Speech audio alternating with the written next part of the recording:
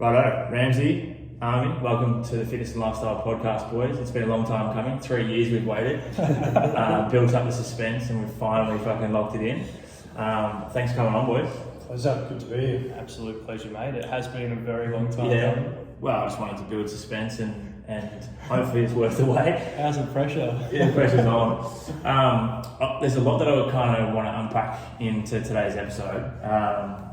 But I guess we should probably start from the start. So a lot of people that are tuned in today, I mean, it's going to be a bit of a mix. People that have listened to my podcast a lot, they would probably know who you guys are already anyway. If not, then they would definitely know of the businesses that you guys have been involved in. There's going to be people that listen to it that know your story inside and out, but I reckon there's still plenty of value we can add. So maybe we start from the start. How did you boys, first of all, kind of actually meet in the first place? And then what was that first venture that you kind of jumped on board with, which will eventually lead us into what we'll talk mainly about today, which is the new business, Strong? Yeah, mate, it's actually a really interesting story. It's probably not what you would expect. So I actually started working as a nightclub promoter at Motel back in the day, which is now the Albion. And Army was my boss, weren't you, mate? Yeah, we had a... Do you remind him of that often now, or...? He tells me what to do these days, so it's a bit of a role reversal. No, we get a lot of good crew in to help us out, obviously, on weekends, and formed a relationship, and we moved into F45 initially as business partners. Yeah, we used to talk about all sorts of shit, didn't we? And I remember Mark actually came to me with the whole F45 thing. Right. And he said, I found this concept that looks pretty incredible. At the time, I was doing something I was pretty uninspired by. Like I was in oil and gas. I was pretty much, walking into the nightclub, and that was my high of the weekend. Like that was my whole week. I was like, yeah, finally I get to go be social and do something I enjoy. Right. But yeah, Mark sort of said, do you want to check out this F45 thing? I had the background of a PT and a marketing background, and Mark really sort of, where did you see it? I can't even remember now. At this point, was it here yet at all? There was one or two that had opened. Yeah. And we had no idea, and I suppose that's the advantage of dealing with a franchise network. I think Rob's since left F45, but he held our hand and got us on board. We started with one, with no idea. Yeah. Literally, obviously Rams just got some PT background, I did a little bit, but starting a business together from scratch. And I suppose if we look back now, whatever mistake you can make, we definitely made. Made it all. But we grew to 6 and ended up being pretty good at it, I suppose, yeah. What was the, I know there's a lot of people that listen to the show that have their own gyms, probably not franchises, but what do you reckon now, like knowing so much about having franchises and also probably overlooking a lot of other businesses that are not franchises, what's the main difference? And if you go back again, would you do it with franchise again, or would you start something where you're just running more of a kind of membership-based gym? The thing that attracted me with the whole F45 concept was when Mark told me about it, we jumped on a plane, we went to Sydney, we went and looked at the Bondi studio. Oh yeah. And obviously, like I'd worked in a normal kind of 24-hour gym. And we went there, and I just remember seeing it was a Hollywood class, so there were 27 people training, there was a DJ, there were 27 people lined up, and the vibe was incredible. I'd never seen fitness executed in this way. It was like a nightclub. It was like a nightclub, yeah. And so we kind of looked at that, and personally I was like, this is what's next. Yeah. Like this has to be what's next. Like it was really incredible, and that sort of put us on that trajectory to, all right, let's invest in this and let's do this. So I think in terms of like whether it's opening an independent, like your own concept, or looking at a franchise, it's got to resonate with you, because at the end of the day, whether it's an F45 or a Body Fit or a Fit Stop or a Cakes Pilates or whatever it might be, I think it needs to be operator-led. We find, and we found this in the F45 network, the most successful studios were the ones that were owner-operated. and the ones where people were working the business and they gave a shit about their clients. So not someone that's just pumped in some cash and has nothing to do with the business type thing. No, mate, you can make anything successful. Yeah. You really can. Yeah. I mean, fitness has been around for a long time. There's been many different variations of gym concepts, group fitness concepts. Why was our studio so successful and others not? You know, not every F45 has lasted the journey. That's the one thing. So that's what I would suggest. It needs to resonate with you, and you have to be passionate about it. It's funny, isn't it? Like you look at, I try and spend usually fucking outside of this bullshit, but usually try and spend a fair bit of time over in LA, and you go to sessions over there, like even places like Rumble and fucking whatever else over in LA, and it's genuinely like a show. Like I remember speaking to a couple of the instructors, and they were just like, there was auditions for the role of the trainer. Like it's pretty much their actors almost, and it's just like you go in there, full nightclub vibes. And that's what draws a lot of people there. And like even so far in the chat today, like we really haven't even touched on anything to do with training. You know what I mean? Like we haven't touched on. So that's a question that I wanted to ask is, why do you think the group fitness and the high energy vibe and maybe like community based gyms that do have a good kind of community around them do so well, regardless of whether the people coming are a big fan of the training stuff? You know, you talk to a lot of people that do group fitness classes and they fucking don't even enjoy exercising that much. Like they dread all the exercises that they do every single time they go to the gym, but they absolutely love the session and they want to go and they love the feeling afterwards. So what do you reckon are some of the key factors to why it is so popular and it does so well? I think you've got to, it's instructor led, right? So recruitment's massive. Yeah. And like, how many staff did we have at one stage? Maybe 60 or 70 trainers? Yeah, across the 6 sites.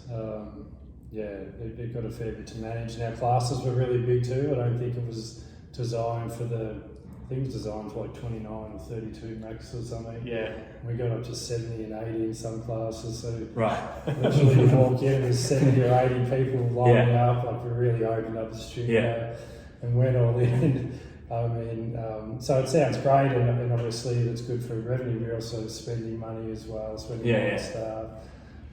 You definitely had to be a bit of a performer then. It wasn't sort of my go, but you hire some good staff to get around you, and it was definitely a great time. It was fun. And a really cool thing is like we obviously had good structures, so we had our studio managers, and then we have like an assistant studio manager, and then say 6 or 7 casuals that would work underneath them. We'd overstaff our classes, and the really nice thing is like, now we look back at call it our superstars, like our 10 key superstars, when we were like smashing it. We had say like 1,200 members across Australia.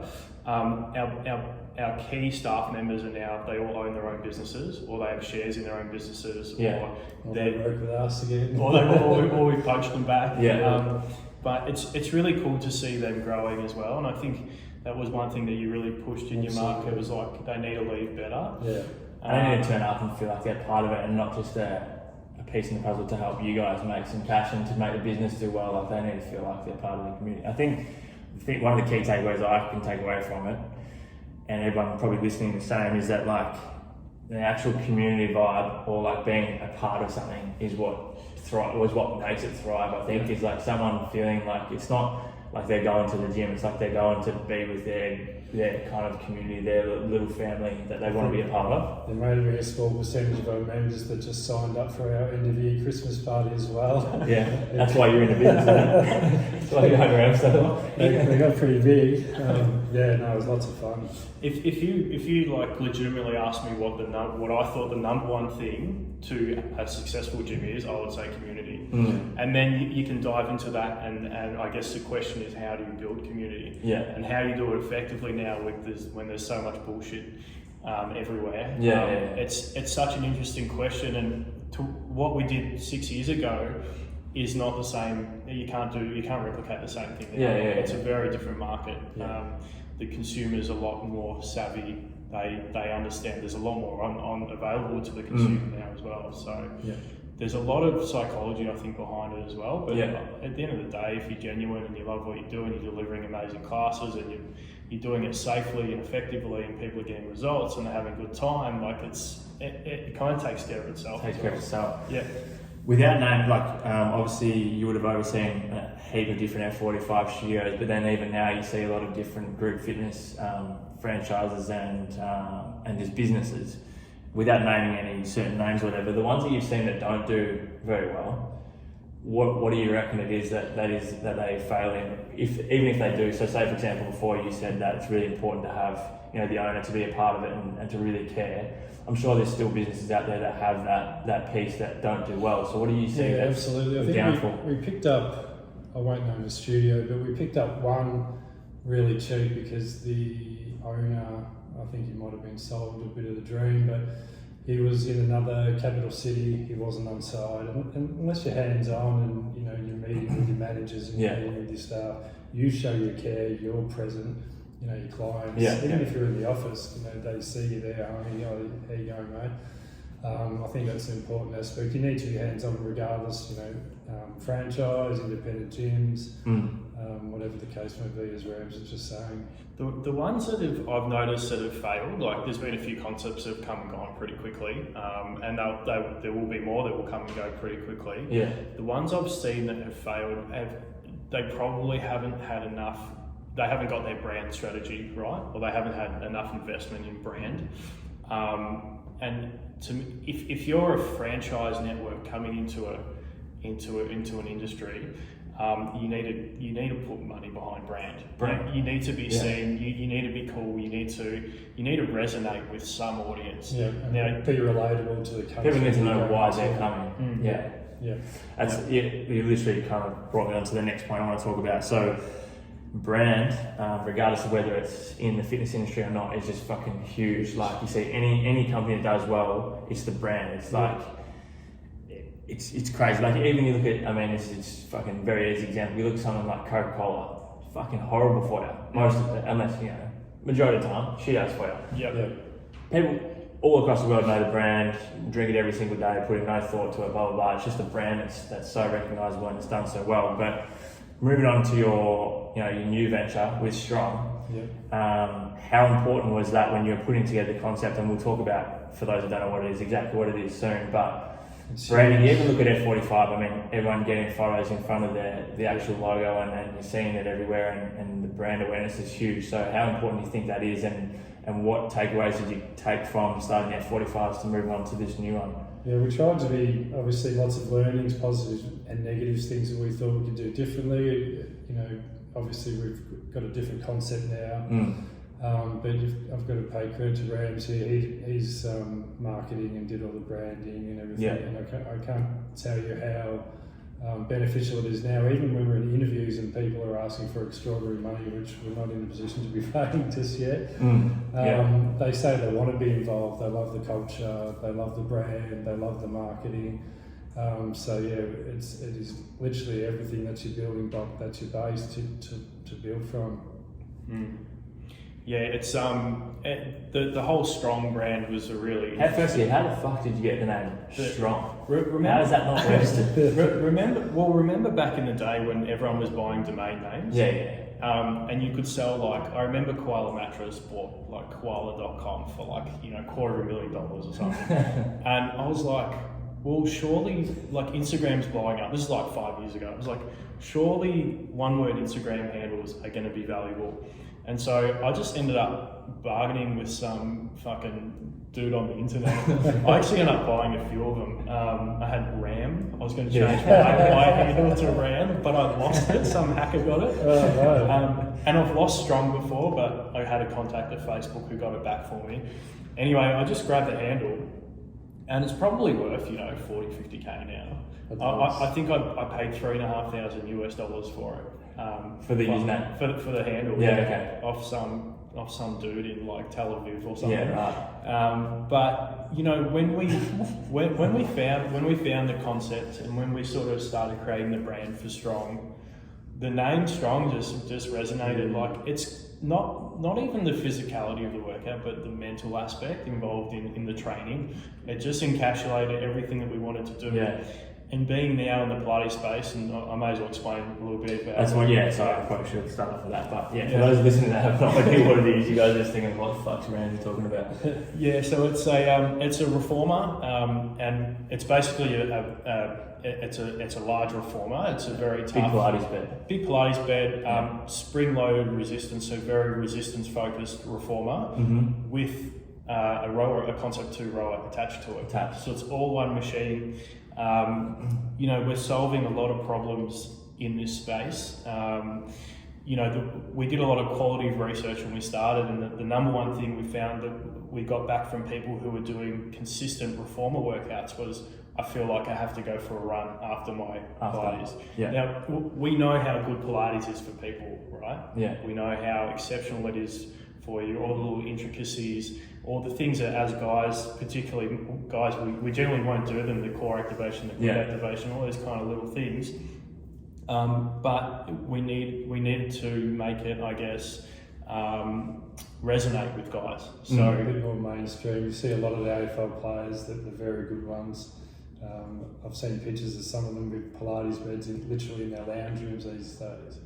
We know. Panthers is big on a number of the guys that get right into it now. Yeah. Even I've used them sporadically over the years, but it makes a significant difference. Even with clients now, as soon as I have anyone with any kind of hamstring, glute, lower back issues, I'll tell them to cut back on the sessions they're doing with me and get in. You see the training that you give me, mate. I just wish it was around when I was 15, 16, 17, 18. I wouldn't have the issues that I have now, that's for sure. Yep, and I guess we're both a little bit broken from the 45. Like, we did a lot of high intensity training for, probably five years straight.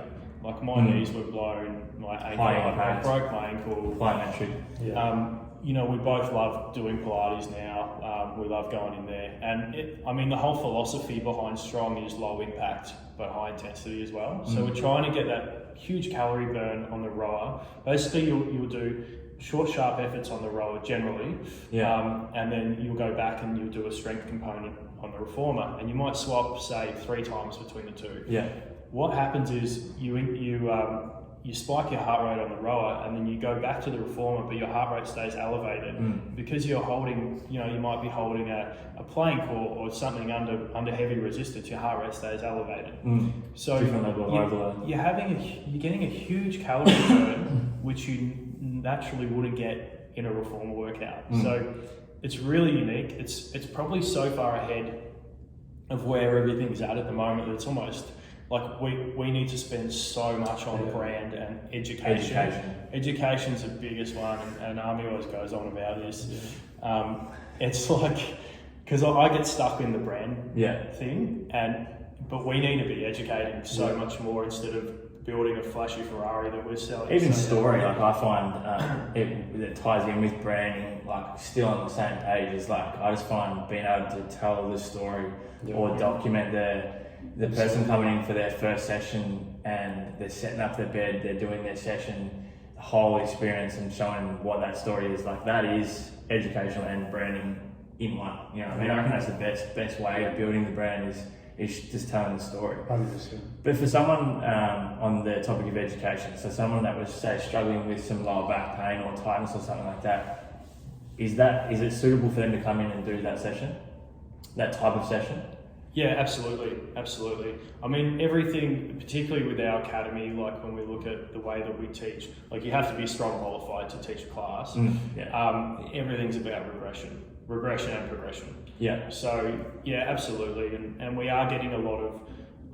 We are predominantly female. It's at the end of the day, no matter how gender neutral our branding is, we're always going to start with the earlier adopters who are females. But we are getting a lot of guys who are ex-CrossFitters, even ex-F45, and these sort of people who have tight lower backs, who have a lot of footballers this pre-season have been in, because we've got our flagship site that we own that we use as a test case basically to get it going, to test our systems, our programs. But now we've got a friend, an ex-cricketer, John Hastings, he's down in Mornington, he's got that side. So In Melbourne, we've got a couple of footballers been coming to our studio or down to Wellington to train with John. Who's been? Max Gorn's been in a fair bit. Yeah, I think he's had Jake Lever. Yeah. We've had a couple of Hawthorn players in with us as well. Yeah. Even tying in like to when you look at your weekly training, like being able to add that into on top of the strength training in the gym and stuff like that. Like I actually the most recent episode on the show, I was talking with a mate of mine yesterday in Sydney about like more functional strength training, or I'm not talking about. I mentioned this on the show yesterday. I'm not talking about doing a piece of squat while you drink your fucking latte and playing grocery ball and reading the paper at the same time. I'm talking about like movements that you need to translate into day-to-day activities where you do need to focus on mobility. Because I mean, that was the biggest thing. Probably the last 2 years, I've really started to focus on mobility and strengthening out those areas that were just fucking abused for so long. And then that carryover into my squat, to my bench press, to my pull-ups and stuff is huge. And mobility is now cool in the fitness industry. It is cool, it is, everyone's doing it. Basically, if you're not doing mobility, you're falling behind. Like it's really nice to see, mobility, recovery's massive and going to be even bigger. It's really good to see that now, these sort of proper procedures are going in place. Yeah, and what comes with that is the body awareness too, and the ability to know when you are in the right position, and certain spatial awareness when you're doing your sessions and exercise like that, which I find helps. I found that helped a lot with Pilates, getting that activation of certain muscles that you didn't even fucking know you had. And they're sore. They're very sore the next day. So how many sites have you got in Victoria now? 2 operating, one in Hope Island in northern Gold Coast. But we've sold, I don't know, I think it's up to about 25. It's just... That haven't launched yet? Or they haven't launched? Or haven't, yeah. No, they're yet to launch. Finding sites. Gold Coast is pretty much sold out. Haystow down in Mornington, he loves it, so he's also reserved. Romana, Rosebud, Frankston. Oh, cool. We're into Auckland. 6 in Auckland, 4 in South Australia, 2 in Newcastle. Geelong just got reserved. Essendon just got reserved. Got Geelong, so that's exciting. Yeah. So, and we actually sold most of these during COVID, which is like we're really happy about because when COVID hit, we were like, what are we going to do? Fuck. We're great time to launch a chip. We just basically put all the money that we made from F45, we've reinvested into this concept. We've built the concept up, we've launched it, and then bang, we're shut, and we're like, oh fuck, we're in a bit of trouble here. I literally thought, I'm looking at my house, hadn't moved in too long ago, thinking, oh shit, this has been a nice couple of months in the new house. At least you had a few good reformer beds. I remember going on car sales and literally seeing what I could get for my car. Yeah, right. It's amazing. So it's worked out well. Well, with anything that does well, regardless of whether it's... Lots of lessons learned along this way, and that's the best part. No day's the same. But then we just get back on the bike, mate, and keep working harder. With a roller. I know Rams is the same. Like I was literally sitting there. If any of the franchisees or partners we prefer to call them are listening, but I was sitting there until 11:30 with one last night, and all of a sudden they're like, "Oh shit, there's a bit of a time gap." I didn't realise it's a bit like. And you're like, oh, that's cool, that's what we're here for. And that's where I sort of see us as going over and above or being a little bit different maybe. And our experiences, if I don't know something Rams does, if Rams doesn't know, our operations managers Portia does, and she managed our Port Melbourne studio, she was a partner with us in Geelong. So we've got a whole team there, we're building up a whole academy and program team, like some very, very legit people, a bit more experience than I'll try to mark here. And that's what we're all about, just getting the smartest heads together and, providing the, really accredited product. It is. The people we're working with now are just, it's exactly that. It's getting people that are smarter than you that you can work with and have a good working relationship. We even the sales, there's a sales professional we work with where basically, we want to open a studio so the day it opens, it's got 100 members, it's breaking even, it's profitable. How do we do that? Well, we need someone with sales systems who can do a proper pre-sale. We need digital marketing specialists. We need, there's all these little things. So the team that we've started to grow is substantial. We're probably over-investing in this stuff at such an early stage, but if we can continue to grow in the trajectory that we're heading, it's going to be really, really well worth it. Yep. Separate to anything to do with this business, is there over the years with F45 and now Strong, and then just I know you're massively invested into educating yourself on business ideas and stuff like that. Is there any pivotal books or audio books or podcasts that you guys have kind of been tuned into over the years that you could recommend? Like I try and, if there's ever a book, whatever that I read, I try and kind of recommend it for those listening, and whenever I get guests on, I ask them if there's been any kind of pivotal things that they've taken away from certain books or whatever. So is there anything that you guys would recommend?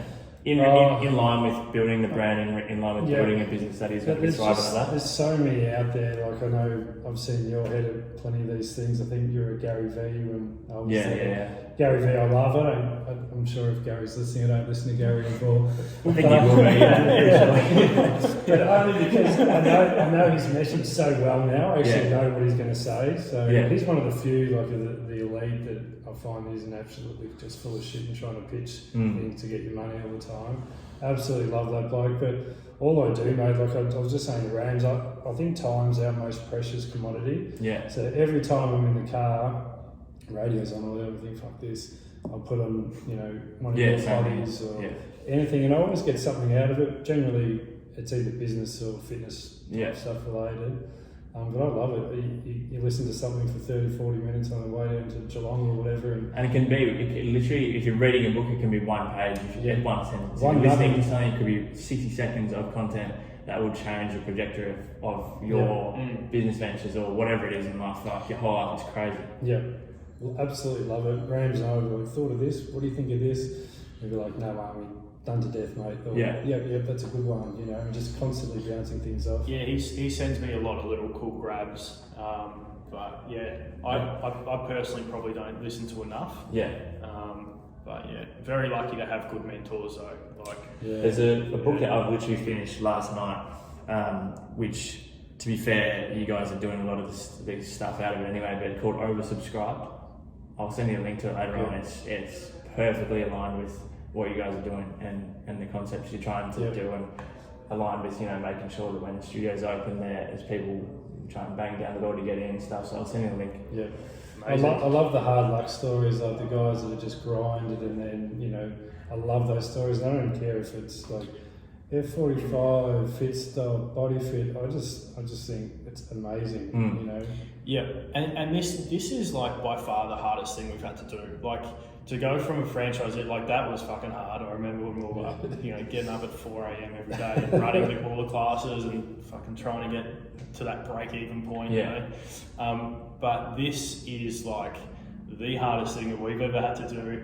And every day, as you said before, it's just problem solving. Like, it's constant. There's now multiple departments. It's not just about running. Like, there's one studio that we own there's all the issues with that, and then there's every issue with B2B, franchisees. And we didn't have any cash flow. I think Rams was on $50 a week when we were at Port Melbourne. And then one day the trainer put me over and she's like, Army, see all the smoke there? And I'm like, oh yeah. And then people started texting me saying, that's your pub. Your pub's burning down. I'm taking a class. Oh, that's right. That was paying my wage, and then we could barely afford to pay Rams's $50. And then we're like, it looked like we were getting paid $50. I was unemployed. He's unemployed. Oh, he's on $50. Yeah. He's rolling it. He's like, I'll give you 20. I was like, can I have 75? Like, literally this happened, and then we're like, okay, what do we do? When you think, oh, the whole world's against me, what more can happen? We're all in here, and then what do? You just fucking grind. Yeah, we started writing lists of like every person who came into the studio, and we jump on the phone and we call and we try and convert them, and then we throw more advertising out, and I try and remember what I learned at uni, and it was good. And then we just for like, there was probably a 3 to 4 month period where we did nothing but fucking work, like 16, 18 hours a day. Should see how personal I got all of a sudden. and I'm not very outgoing. Joe Blow would walk in and he's up for a membership. Joe! Jesus. That's gold. It was full on. Used to take the oldies, I'd take the younger. Well, boys, appreciate you coming on the show today. Good luck with Strong, and I'm sure it'll do super well. But for everyone tuned in to today's episode, I'll have the links to the website and some of the sites and stuff in the show notes below, and both your socials as well. So if you've got any more questions or anything specific about Strong, feel free to reach out to either of these boys. Thanks for coming on the show, guys. Thanks, No worries, mate. Thanks for having us. For everybody that has taken away some plenty of value from today's episode, make sure you take a screenshot of today's episode and post on Instagram story for me. Tag myself, tag the boys. We'd love to get some feedback on the show, and hopefully you've taken something valuable away, and look forward to chatting to you in the next episode. Cool. Sweet. When's the rapid fire?